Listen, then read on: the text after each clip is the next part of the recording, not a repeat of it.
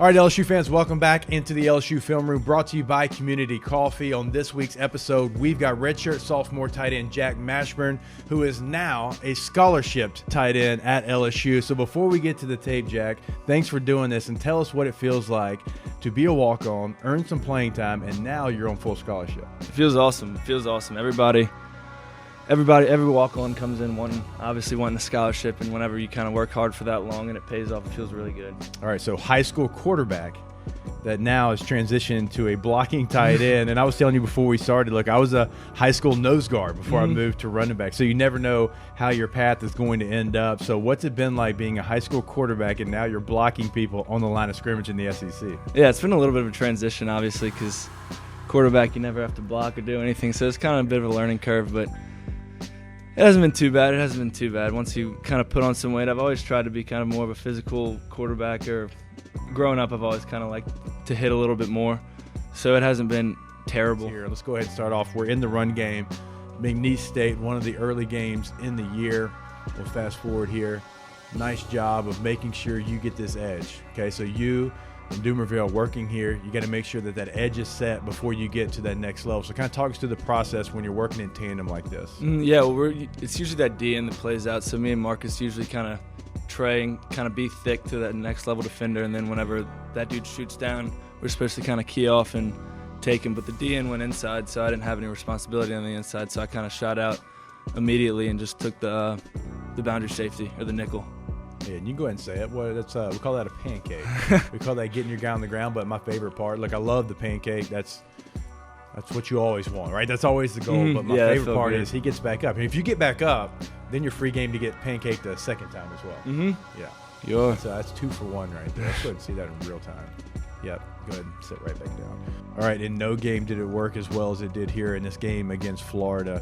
All right, so I'm gonna walk through and you tell me if this is correct. All right, so obviously you're trying to influence the in-man on the line of scrimmage. You're just trying to get his attention off of what's going on in here because you're trying to make him pay attention to you. You do that, and you do a really nice job of not panicking, going inside here to get to your level, but you did your job twice because you got him paying attention to you, and here comes Big Ed Ingram, right?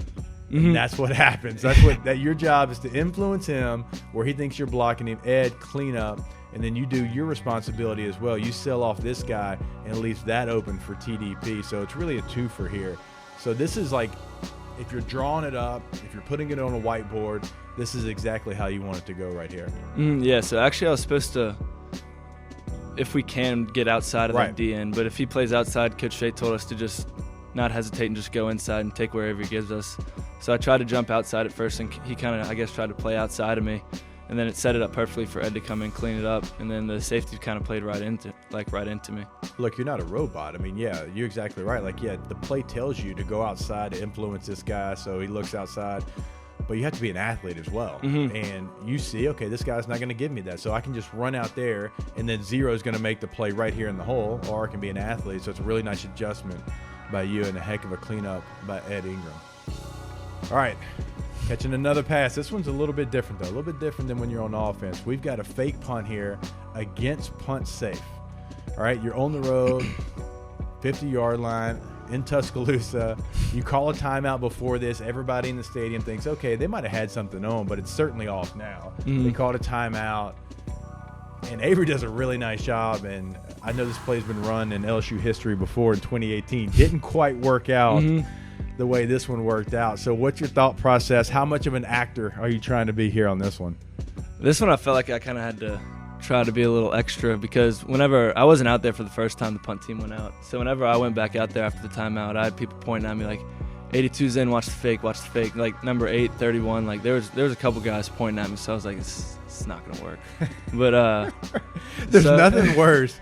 There is nothing worse than when you're out there for a fake. You're normally not out there, and they start saying stuff like that. You're thinking, there's no way in the world that we're gonna keep this on. So when you keep it on, I was like, so I tried to kind of fake the block a little bit. I didn't really sell it as long as I should have, but I kind of saw number 8 kind of start shooting, so I just got off the block.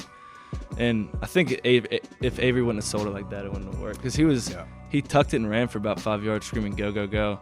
which kind of I love the story. Yeah, I love the story of him screaming like "run, go," and then he takes probably like 3 more yards than the play really calls for. Yeah, he took probably more than he needed if to. He doesn't, it's blown up right here. Right, the linebacker's going to hit 10 him. still almost got it, but no, it worked really well. I was a little nervous pre-snap just because I saw them all calling it out, but no, I'm glad it worked.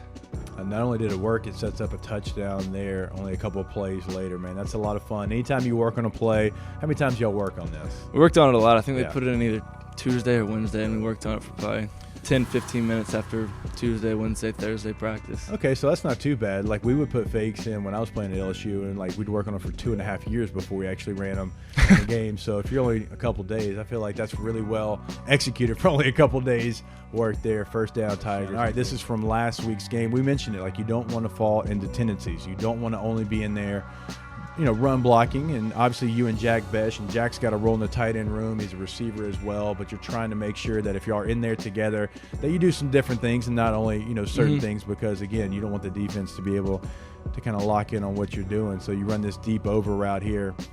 I bet this one felt pretty good. Not only a flat route, you get a chance to run this deep over here. Yeah, it felt good to get the ball in a little bit of space and have a little chance to run, and I was glad to get some routes in, kind of switch it up a little bit and get a chance to run with the ball in my hand for a little bit of a change. Yeah, it's a good sequence. I mean, you hit Jack, I think, for 17 yards before this one. Then they come back and they hit you. I believe this one was right at 18 yards. And so this was a good two-play sequence here from two guys. I guess we still consider Jack a tight end-ish. Yeah, he comes in. He's like in our room and in our meetings and everything. He's a tight end. We just have different, I guess, packages. Yeah. It's more pass heavy probably whenever he's in, more run heavy whenever I'm in. That's right. But hey, I told you we got to break these tendencies. That's what That's what we're doing here, and we are going to pause it right here because there's no need to see the rest of the play. Yeah, I got a little punch out at the end. I wasn't gonna show him. We can crop it out. You just told on yourself there. No. All right, Jack, man, this has been a lot of fun. I love your story. I love the fact that you came here as a walk-on. You bet on yourself, right? You bet on yourself that you could come here and not only play, earn a scholarship, and now you've been a crucial part in LSU getting the run game going. We see you catching passes on fake punts here on a deep over. You catch a flat route as well. So love the story, man. Love the work that you put in. Just keep doing your thing, and great things are going to come. Thank you. Thank you for having me. All right, Tiger fans, this will do it for this LSU Film Room brought to you by Community Coffee. We will see you for another episode next week. Go Tigers.